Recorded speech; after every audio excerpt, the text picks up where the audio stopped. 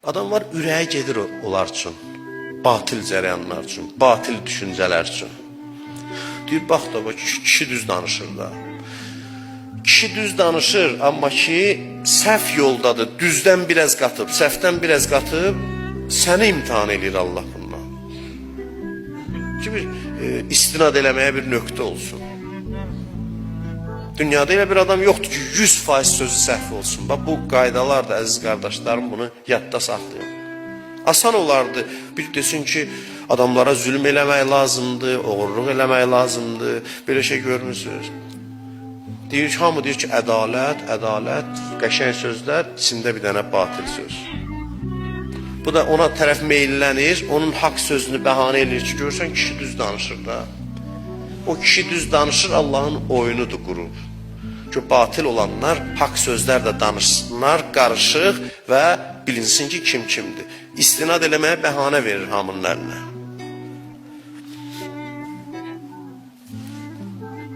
Belə bir söz deyim, loru dildə deyim ki, kül olsun batil cərəyanın müsbət xüsusiyyətlərinin başına. Bunu tez-tez təkrar edeyim. Bütün müsbətlərinin hamısı yerin altına girsin. Bütün haqq sözlərinin hamısı. Nə dəyəri var onun haqq sözünün? Onun haqq sözü batilliyini gizlətmək üçündür. Onun haqq sözü nə qədər haqq olursa olsun, sən onun yaxşılıqlarına nifrət eləməlisən, pisliyi öz yerində. Onun müsbətlərinə nifrət eləməlisən. Rubbə talil Qur'an vəl Qur'an yəl'anuh. Nə çox Qur'an oxuyanlar var, Qur'an onlara lənət oxuyur. La yaziduhum illa xəsara. Quran özü bəyan edir. Bu Quran bəzilərinin ziyanını artırar, xəsarətini artırar.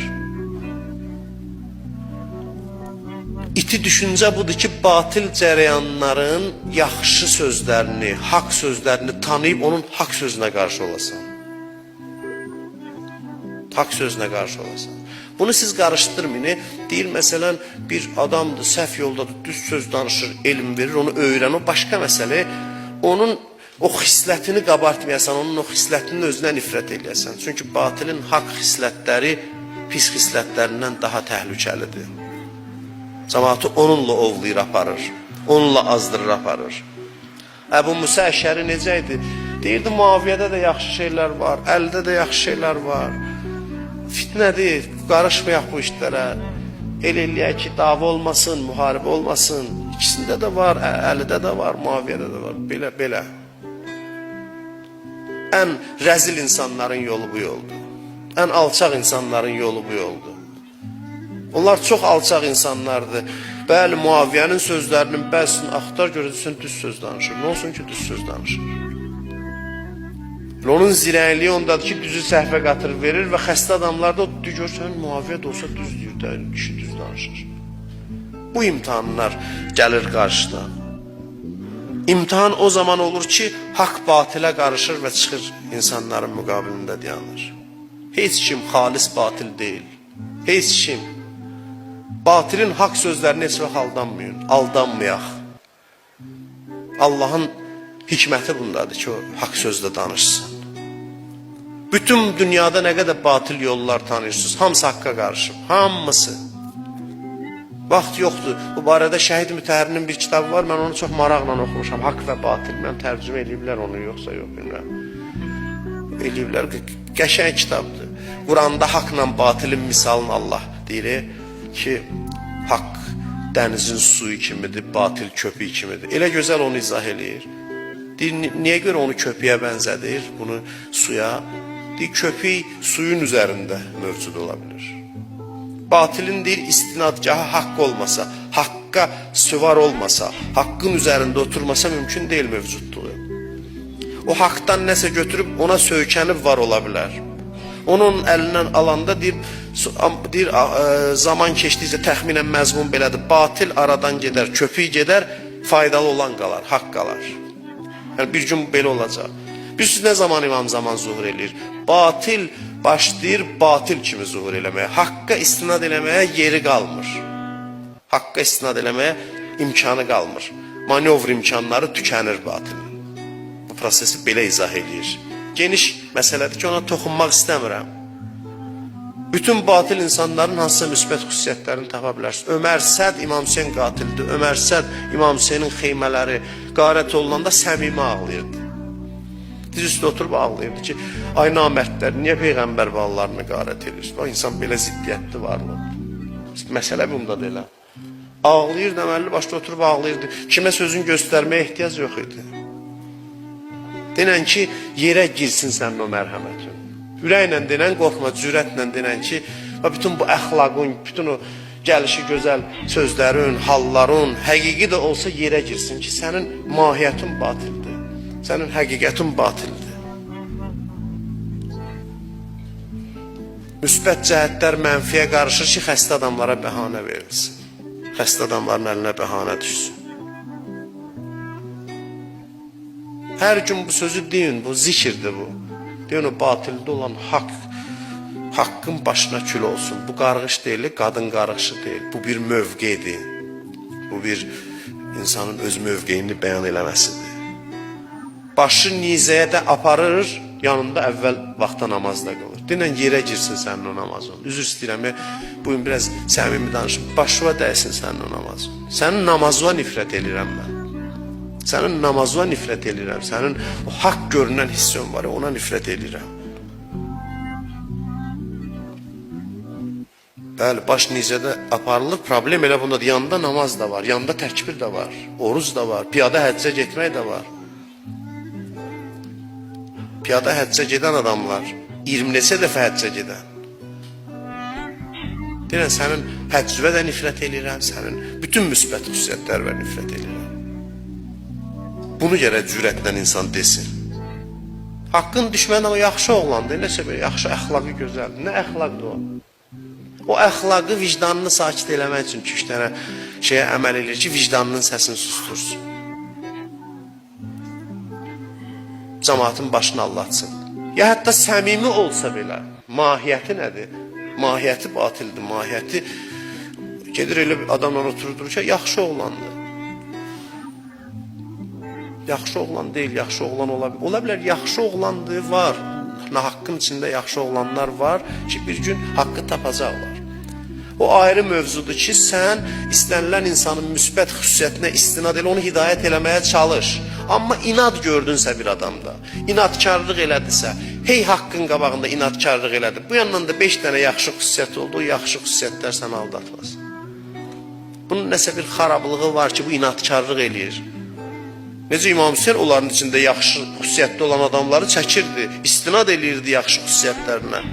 Onlar ki, təsadüfən gedib düşüblər. Bəli, onu mən 100 ildə indi mən şirtmək üçün deyirəm, illərdir danışıram ki, bəli, heç kəsə damğa vurmayaq, amma batil cərəyandan danışıram. Bir insan batil cərəyandan mənsubdur, inadkarlıq edir, 5 dənə də yaxşı xüsusiyyəti var.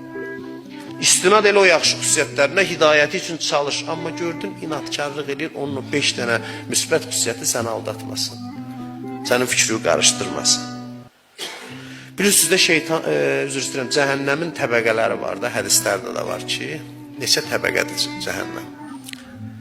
Şeytan deyirlər onun 4-cü təbəqəsində, mərtəbəsində, yəni dərəcəsində. Ondan da aşağı dərəcədə olanlar var cəhənnəmdə. Onlar kimlərdir? Hədis buyurur ki, 2 dəstə. İmamları öldürənlər, övliyaları və övliyaların haqqını qəsb edənlər. Ən aşağı dərəcəsində də təbii odun. Bir dəstədə var, maraqlıdır bu. Bir dəstə də var, onlarla bir yerdədir. O dəstə hansılardır? Deyir, kim onları bir zərrə müsəlman saysa, onlar da onların yanındadır. Şeytandan da aşağı dərəcədədir. Yəni, onlara nəsə bir fəzilətdən bir zərrə onların payına düşdüyünü hesab eləsə ki, onlarda nəsə müsəlmançılıqdan bir pay var. Nəsə bir fəzilətli olmaqlarını bir zərrə də olsa qəbul eləsə. Yəni, onların yaxşılıqlarına da nifrət eləməsə, sözün qısası. Bizim bəhsimizə uyğun tərcümə eləsək bu hədisi, onların yaxşılıqlarına da nifrət eləməsə, elə onlarla bir yerdə olacaq cəhənnəmdə. Səndə zərrə qədər simpatiya var onlara. Hardan çıxıb sənin ruhunda? Bu simpatiyanın mənbəyi nədir? Simpatiya varsa zərrə qədər edir, gedəcəksən onların yanına. Buyur. O cəzb eləyəcək səni cəhənnəmdə də. Diqqətli olun bu məsələdə ki, nahaq yoldan, nahaq düşüncənin cərəyanı təmsil edən müxtəlif insanlara qarşı qəlbimizdə bir zərrə meyl olmasın. Bu meyl zərrəsi, o zərrə simpatiya var heç üzdə, o sizin axırınızı xarab eləyəcək. Onlarla eyni aqibəti yaşayacaqsınız. İmam Hüseyni öldürənlərdə də baxsın, bəzi yaxşılıqlar var, bəzi müsbət xüsusiyyətlər var. Gəlin, real təhlil eləyək də vəziyyət. Biz özümüzü çaşdırmayaq ki, onlar hamısı deyirəm də buynuzlu şeytanlar idi, hamısının üzündən zəhrimar yağırdı. Elə mömin sifətli adamlar vardı orada. Ömər Sər özü əxlaq ustadı idi Küfədə. Əxlaq ustadı indi müasir dilinə deyirəm, nəsihət elirdi, moizə elirdi, cəmaata yol göstərirdi.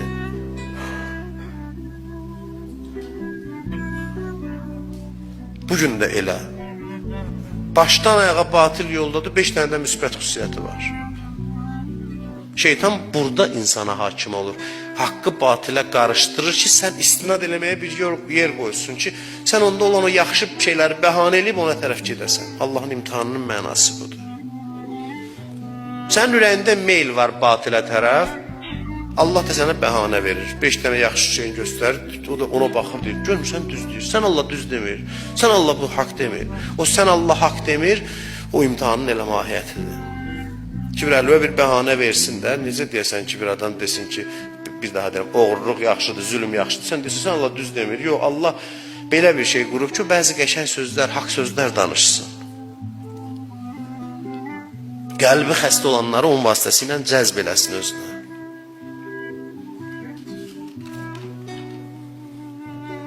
Vay o gündən deyəsən, filan şeyləri yaxşıdır, düzdür.